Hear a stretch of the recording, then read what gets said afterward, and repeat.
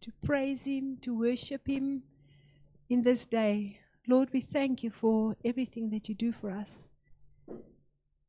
We worship you and we praise you. Amen. Welcome, family.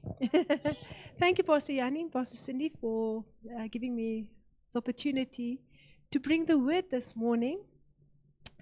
I must tell you, Satan was really trying hard for me not to bring this message this morning.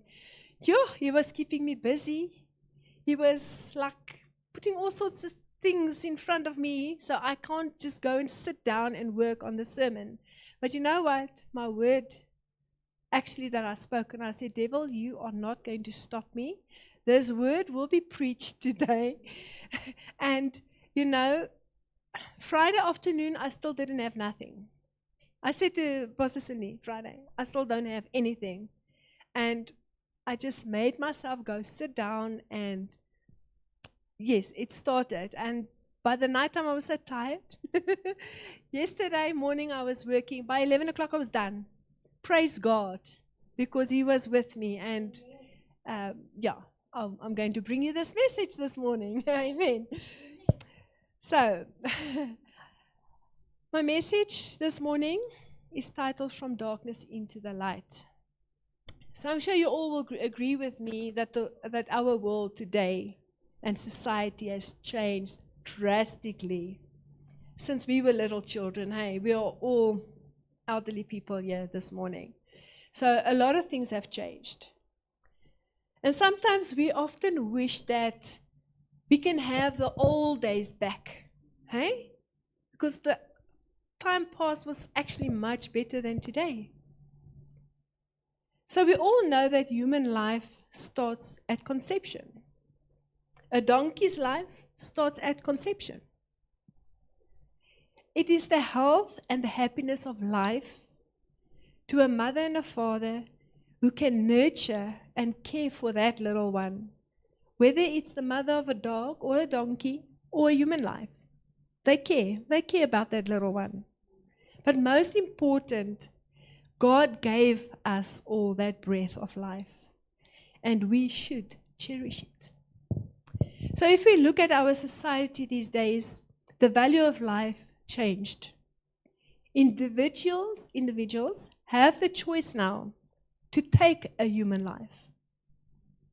To take a human life to suit her by law. That is how things have changed. Why are people and Christians not scared to death today about this killing of innocent human life? Other examples, for instance, the elderly are a burden to the government. Look at our public schools today. The flood doors are open for all evil things to enter in. And it is sad to see that. They have changed the laws to suit their agendas against humanity. Where are the Christians? They are not saying anything. They're not standing up for life that are being taken just because laws have changed. What happened to humanity? Where are the Christian doctors? They are too scared. They will be kicked out of hospitals because they say, no, I'm not going to do an abortion. Where are the Christian lawyers? They are also too scared to stand up for what is truth and what is God's law. Where are Christian businessmen, Christian teachers, caretakers of the elderly? Where are they? We need light in schools. We need light in hospitals. We need light in HR. We even need light in the music industry. And so many other places. God is asking us to be the light there, where we are. The world is in darkness. Jesus made this statement. He said in John 8, verse 12, I am the light of the world. And then again he says it, But he says it differently in Matthew 5, verse 14. You are the light of the world, a city set on a hill and cannot be hidden. It is not a contradictory statement. Yes, Jesus is the light of the world, but when you get him inside of you, you are supposed to be the light in this world also. Our country, our founders, our country was founded on Christian beliefs. Christians who believed in God and had the fear of God in them, the respect to God. Schools, government, and businesses used to open in prayer and Bible reading in the mornings before they even started their day. But not in our society today. They are not allowed to do that anymore. Here and there you will find a school. I know of a few schools maybe that open in prayer and Bible reading in the morning. But it's also just like 5 minutes because they don't want to offend the other students or teachers. We have allowed ourselves to come to a place like this in the world. Many years ago, with the proper laws in place, we would not get away with murder like we do today. Our founding fathers never wanted us to live in bondage and in tyranny. They were against that. We are facing hidden censorship for many years already. We must take the opportunity this year to change things. I know the elections is coming up in November, if I'm not mistaken. Yeah, the 4th of November. We must put all things that is sin, darkness behind us and stand for what is godly. So go out there and make the change. Vote for a godly government. We need that in today's life. We have to stand for what is godly and bring Jesus back into our schools, in our businesses. Everywhere we need social change. We have forgotten about our inheritance. Now another set of questions that we can all think about, me included. What is loyalty to Christ worth meaning to us? Why are we Christians? How much do we love Jesus Christ? Are we willing to pay the price to be loyal to Christ? Or are we just going to run away? We must insist and turn back to truth for freedom. We as Christians must be free from this hidden censorship. We must stand for what our forefathers, fathers and founding fathers stood. And they died for it.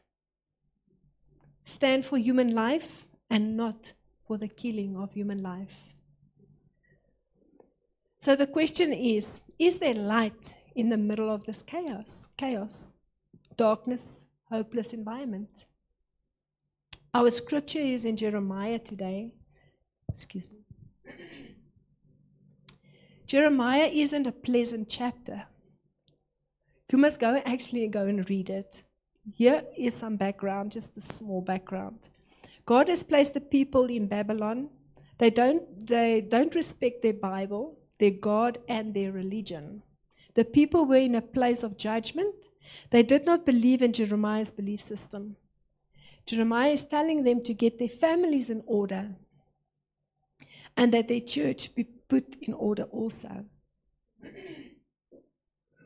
God is saying in this unpleasant chapter that He still has peace, a future and a hope for them.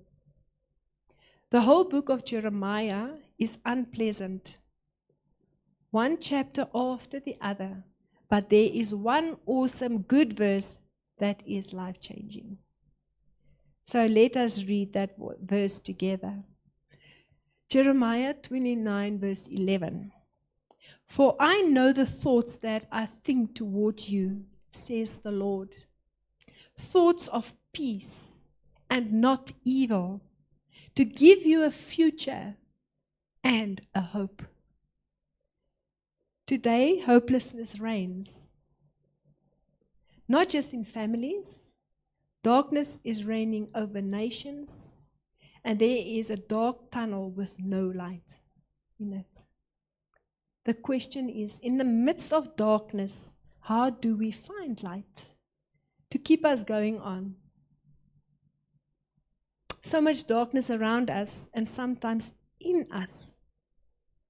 Sad to say, but sometimes in us as well. But God said, I have a plan for you, says the Lord. Thoughts of peace, of hope, and a future. What is hope?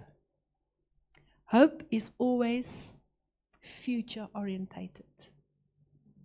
The meaning of hope is joyful expectation about tomorrow in spite of what I am going through today. So I'd like you to say after me, my tomorrow is going to be better than my yesterday. My future is going to be better than my past. And where I am going, I'm going to be better than where I have been. Amen. There is an expectation, God says, in spite of where you are, in spite of where you are going to. He has a plan for us. Yes, we have made wrong decisions. We have put ourselves in situations, and now we have to address on what is wrong and conform to God's standards so that God can change what we have messed up. All these years, if we look back, we really have messed up. We as Christians as well, because we are not lifting our voice. We are in situations because the Christians has placed ourselves there. We are not where we are called to be. God cannot trust the church the same way He could not trust Israel to be the light who He created them to be. And then He is allowing darkness to set the agenda. We are where we are today in this culture because we have not seriously taken the calling and its mandate. And therefore it is allowed to where we are today. But God has a plan. In the midst of all the darkness, chaos, God is still working something special. Part of that plan is the wake up of the church. So here we read in Jeremiah 29, verse 12 to 13. Then you will call upon me and go and pray to me, and I will listen to you. And you will seek me and find me when you search for me with all of your heart. In other words, we are in a bad place. You and me, all of us, even the people listening online. You and me, also Israel in time past, in a bad place. But we have to look up so that God can drive us back to Him. God has a plan. God can work all things together for our good. Even our situations we created. He has a plan to bring us back to Him. So we cannot receive all the good stuff until we're already made to receive it. God knows that He cannot entrust His revival work and transforming work to us until we are ready to receive it. Sometimes situations needs to happen to us to wake up so we can focus on Him more and Him alone, not on the world, on Him alone, to draw near to Him. We get so lost in this worldly stuff that sometimes we cannot see. We don't even realize that we are backsliding or, we don't have a relationship with God anymore. Because, as I said earlier, the devil will always try to keep you busy in the world so that you don't spend time with God, time reading your word. But the scripture says, you will seek me, pray to me, listen to me, find me with all of your heart. God is looking for intimacy with his people, and he can entrust his plan in order so that when in a dark, chaotic world like Babylon, his people can arise and lead in a secular culture as they draw near to him. God is allowing his people to go through labor so he can deliver them. But our focus and our heads needs to be in the right direction, looking towards him. God is not interested in our titles, in our CVs, like a lot of people out there. Oh, I am so-and-so, look at my title first, that's because they're important now. God is interested in a personal, intimate relationship with his people, and that is the church. We cannot go forth without him.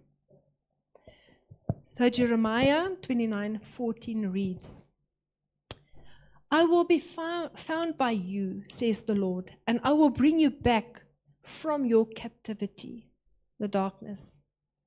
I will gather you from all the nations and from all the places when I have driven you, says the Lord, and I will bring you to the place from which I caused you to be carried away captive. That is now for the Israelites as well, as I said earlier on in time past, but also for us now.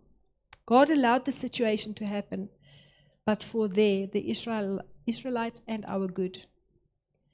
So this we can also read in 2 Chronicles 15, verse 5-7.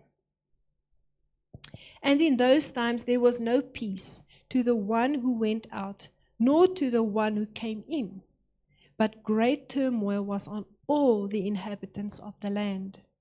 So nations was destroyed by nation and city by city, for God troubled them with every adversity.